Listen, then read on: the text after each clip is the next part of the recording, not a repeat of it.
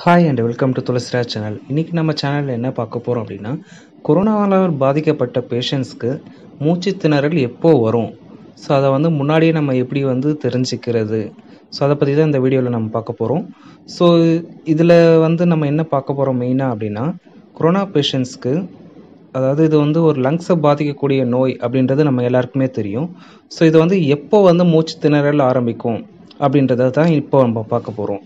சரி, ஓகே, மூச்சு திணறல் எப்போ வரும் அப்படின்னா, நம்ம நார்மல் ப்ராசஸ், அதாவது ஆக்சிஜன் மூச்சு எடுக்கும்போது ஆக்சிஜன் லங்ஸ் மூலமாக போயிட்டு லங்ஸ் விரிவடையும் போது ஸோ அதில் உள்ள ஆக்சிஜன் பிளட் செல்ஸ்குள்ளே போகி ஸோ அந்த பிளட் செல்ஸ் தான் ஆக்சிஜனை கொண்டு போகும். எல்லா பாடியில் இருக்க எல்லா செல்ஸுக்குமே இந்த ஆக்சிஜனை சப்ளை பண்ணும். ஸோ இந்த ப்ராசஸ் பாதிக்கப்படும் போது ஆக்சிஜன் லெவல் உடம்புல கம்மியாகும்.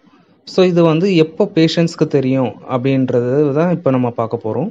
ஸோ இது எப்போ பேஷண்ட்ஸ்க்கு தெரியும் அப்படின்னா, 20% வரைக்கும் லங்ஸ் பாதிப்படைஞ்ச பிறகு பேஷண்ட்ஸ்க்கு தெரியாது அப்போ வரைக்குமே. ஸோ இந்த விஷயத்தை தான் ஹாப்பி ஹைபாக்சியா அப்படின்னு சொல்லி நம்ம யூடியூப் சேனல்லே ஒரு டாபிக் போட்டிருக்கோம். ஸோ அதோட லிங்க்கையும் நான் டிஸ்கிரிப்ஷனில் கொடுக்குறேன். ஸோ இந்த ஹாப்பி ஹைபாக்சியா அப்படின்னா, அதாவது லங்ஸ் 20% வரைக்கும் பாதிப்பாக இருக்கும், ஆனால் அதுக்கான சிம்டம்ஸ் எதுவுமே பேஷண்ட்ஸ்க்கு தெரியாது. அதாவது ஆக்சிஜன் லெவல் அதுக்கான குறைஞ்சி போயிருக்கும், பட் அந்த விஷயம் பேஷண்ட்ஸ்க்கு தெரியாது. அதாவது சிம்டம்ஸாகவும் தெரியாது. சேச்சுரேஷன், அதாவது ஆக்சிஜன் அந்த ப்ரோப் வைப்பாங்கள்ல, கை நகத்துக்கு மேலே வச்சு பார்ப்பாங்களே, அதில் வச்சு பார்க்கும்போது பார்த்தீங்கன்னா சேச்சுரேஷன்றதை கொஞ்சம் குறைஞ்சிருக்கும். ஸோ அதுவுமே பேஷண்ட்ஸ்க்கு தெரிஞ்சிருக்காது. ஓகே, இதெல்லாம் நம்ம எப்படி தெரிஞ்சுக்கிறது அப்படின்னாக்கா, சிடி ஸ்கேன் எடுத்தோம் அப்படின்னா, செஸ்ட்டை சிடி ஸ்கேன் பண்ணி பார்த்தோம் அப்படின்னா தெரியும்.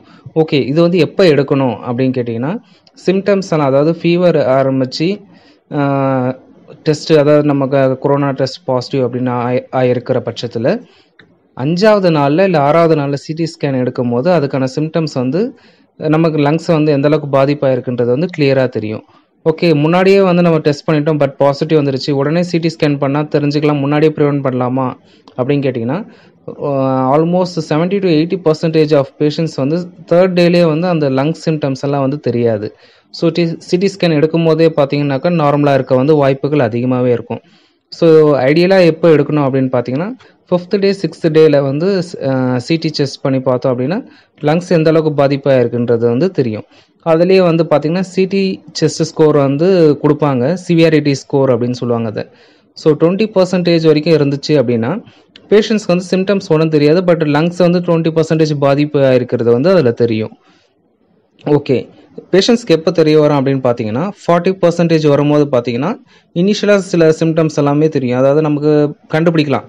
கூட பேசுகிறவங்க சொல்லுவாங்க, ஏன் மூச்சு ரொம்ப வாங்குது உங்களுக்கு, ஸோ ஏன் மூச்சு சவுண்டெலாம் ரொம்ப நல்லாவே கேட்குது, வெளியில் ஏதாவது பிரச்சனையா, மூச்சு விடுறதுல ஏதாவது சிரமம் இருக்கா அப்படின்னு சொல்லி கேட்குற அளவுக்கே தெரியும். பட் பேஷண்ட்ஸ் அது ஃபீல் பண்ண மாட்டாங்க. அப்படி எனக்கு எதுவும் தெரியல, மேபி இங்கே கொஞ்சம் கிளைமேட் இப்படி இருக்குது அந்த மாதிரிலாம் சொல்ல ஆரம்பிப்பாங்க. பட் அவங்களே ஃபீல் பண்ண மாட்டாங்க, நமக்கு மூச்சு வாங்குதா அப்படின்றதே அவங்களுக்கு சிலருக்கு தெரியாது. இந்த 40%க்கும் மேலே ஆகும்போது தான் அவங்களே ஃபீல் பண்ணுவாங்க, நம்மளால் மூச்சு எடுக்க ரொம்ப கஷ்டமாக இருக்குது அப்படின்னு சொல்லிட்டு. ஸோ இந்த ஹாப்பி ஹைபாக்சியான்றதையும் நீங்கள் போய் அந்த லிங்க்கில் டிஸ்கிரிப்ஷனில் கொடுத்துருக்கல, அதில் போய் பாருங்கள். ஹாப்பி ஹைபாக்சியா பற்றி நிறைய விஷயங்கள் அதில் நம்ம டிஸ்கஸ் பண்ணியிருக்கோம். ஓகே, இப்போ இந்த 40% தாண்டிருச்சு அப்படின்னா கண்டிப்பாக அவங்களுக்கு ஆக்சிஜனோட சப்போர்ட் தேவைப்படும். ஓகே, நம்ம செப்பரேட்டாக ஒரு வீடியோ ரெடி பண்ணுவோம், அதாவது ஆக்சிஜன் சப்போர்ட்ஸ் எந்த டிவைஸில் எவ்வளோ % வரைக்கும் கொடுக்கலாம் அப்படின்றது.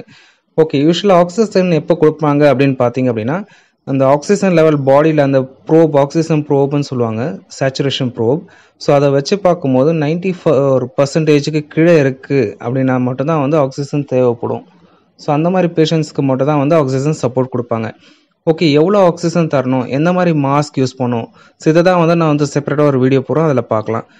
ஸோ ஆக்சிஜன் டிவைசஸ் என்னென்ன இருக்குது, ஸோ எது எப்போ யூஸ் பண்ணணும், ஸோ இது போல் விஷயங்கள் உங்களுக்கு தெரியணும் அப்படின்னா எனக்கு கமெண்ட்ஸில் சொல்லுங்கள், நான் அடுத்த வீடியோவை கூட அதை நான் போடுறேன். ஸோ இப்போ இந்த வீடியோவில் நம்ம பார்த்த விஷயங்கள் என்னென்ன அப்படின்னு பார்த்தீங்கன்னா, அதாவது ப்ரீத்திங் டிஃபிகல்ட்டி கொரோனா பேஷண்ட்ஸ்க்கு எப்போ வரும், ஸோ அதை எப்படி நம்ம தெரிஞ்சுக்கிறது, ஸோ இதுதான் நம்ம வீடியோவில் பார்த்தோம். ஸோ இந்த வீடியோ பிடிச்சிருந்தால் லைக் பண்ணுங்கள், கமெண்ட் பண்ணுங்கள், பிடிச்சிருந்தால் மற்றவங்களோட ஷேர் பண்ணுங்கள். ஸோ இது வரைக்கும் நம்ம சேனலை நீங்கள் சப்ஸ்கிரைப் பண்ணல அப்படின்னா சப்ஸ்கிரைப் பண்ணிவிடுங்க. So thank you very much.